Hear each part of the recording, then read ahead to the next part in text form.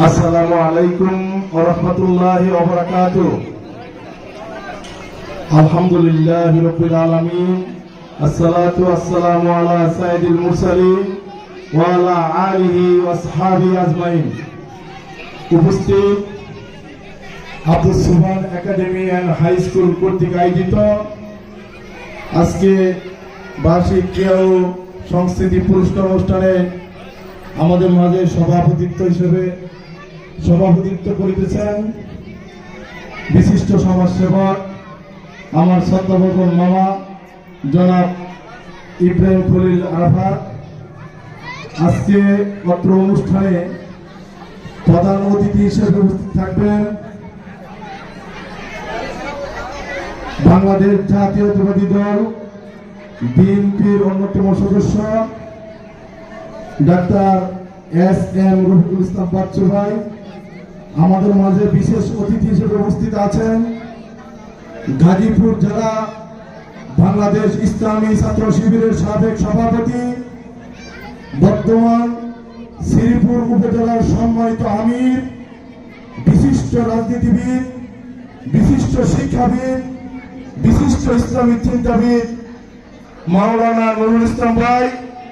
আমাদের মাঝে উপস্থিত আছেন শ্রীপুর পৌরসভার সম্মানিত সেক্রেটারি, বিশিষ্ট শিক্ষাবিদ জনাব আবুল হোসেন ভাই। আমাদের মাঝে উপস্থিত আছেন যিনি আব্দুস সুবহান একাডেমিকে ধীরে ধীরে এভাবে প্রতিষ্ঠা করেছেন, আমার পরম শ্রদ্ধাভাজন, আমার পরম আত্মীয়, বিশিষ্ট শিক্ষাবিদ জনাব আজহারুল ইসলাম রাশিদ মাস্টার সাহেব। উপস্থিত আছেন মঞ্চে উপস্থিত আছেন বাংলাদেশ জামায়াতে ইসলামী বিভিন্ন স্তরের নেতৃবৃন্দ। উপস্থিত আছেন অত্র বিদ্যালয়ের সম্মানিত শিক্ষক, শিক্ষিকা ও ছাত্রছাত্রীবৃন্দ। আসসালামু আলাইকুম ওয়া রাহমাতুল্লাহ। প্রিয় উপস্থিতি ছাত্রছাত্রী, তোমরা কেমন আছো? আলহামদুলিল্লাহ, আমরা সকলেই ভালো আছি। তোমরা দু একটা মিনিট একটু চোখ করে কথা শুনতে পারবো না? তাহলে তোমরা একটু কথাবার্তা একটু বন্ধ করো। আমাদের অতিথিরা কথা বলবেন, আমি কথা বলবো না। আমাদের অতিথিদের কাছ থেকে তোমরা দু একটি বলবান কথা তোমরা শুনবা, তাহলে তোমরা একটু মনোযোগ দিয়ে শুনো। সম্মানিত উপস্থিতি, আপনারা জানেন আব্দুস সুবহান একাডেমি অত্র এলাকার ভিতরে আমার জানা মতো একটি আদর্শ শিক্ষা প্রতিষ্ঠান। আমি আজকে যা দেখতে পেরেছি, এই শিক্ষা প্রতিষ্ঠানের অত ছাত্রছাত্রী, অনেক শিক্ষা প্রতিষ্ঠানে এত ছাত্রছাত্রীও নাই। এখানে আদর্শ শিক্ষা প্রদান করা হয়। এখানে সকল শিক্ষার্থীবৃন্দ তারা সকলে উচ্চ শিক্ষিত, তারা আপনাদেরকে শিক্ষা দিয়ে থাকেন। প্রিয় ছাত্রছাত্রীবৃন্দ, আমি মনে করি এই আব্দুস সুবহান একাডেমি যেভাবে হাঁটি হাঁটি পা পা করে এগিয়ে যাচ্ছে, আমি মনে করি এই শিক্ষা প্রতিষ্ঠান আগামী কিছুদিনের মধ্যে শুধু গাজীপুর নয়, সারা বাংলাদেশের মধ্যে তারা একটি স্থান দখল করে নিতে পারবে। প্রিয় ছাত্রছাত্রীবৃন্দ এবং অভিভাবকবৃন্দ, আপনারা যদি আপনাদের ছেলে মেয়েদেরকে সুশিক্ষা পাঠ্যদানের জন্য শিক্ষক এবং ছাত্র তাদের সাথে সমন্বয় করতে পারেন, তাহলে আপনাদের এই শিক্ষার্থীরা, আমি মনে করি আগামী ভবিষ্যৎ তারা এই দেশের ডিসি, এসপি, তারা এই দেশের নেতৃত্ব দিবে। প্রিয় অভিভাবকবৃন্দ, আপনারা জানেন এই বিগত 17 বছরে এই বাংলাদেশে এই শিক্ষা ব্যবস্থাকে ধ্বংস করে দিয়েছিল এক ফ্যাসিস্ট সরকার।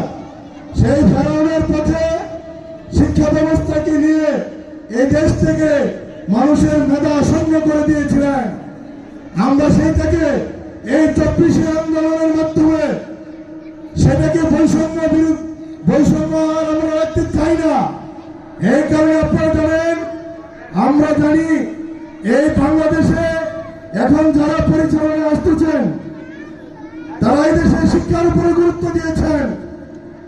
আমরা এই দেশের শিক্ষা প্রতিষ্ঠানগুলিতে 100% কোরআন 100% হাদিস আমরা এক করতে চাই, যেই শিক্ষা দিয়ে অন্যান্য শিক্ষার সাথে সমন্বয়ে একটি মানুষ আমরা গড়তে পারি। আপনারা কি চান না আপনাদের ছেলে মেয়েগুলা আপনাদের ভালো মানুষ হোক? যদি তাই হয়, আপনারা জানেন ইসলামী শিক্ষা কোরআনের শিক্ষা বিকল্প নয়।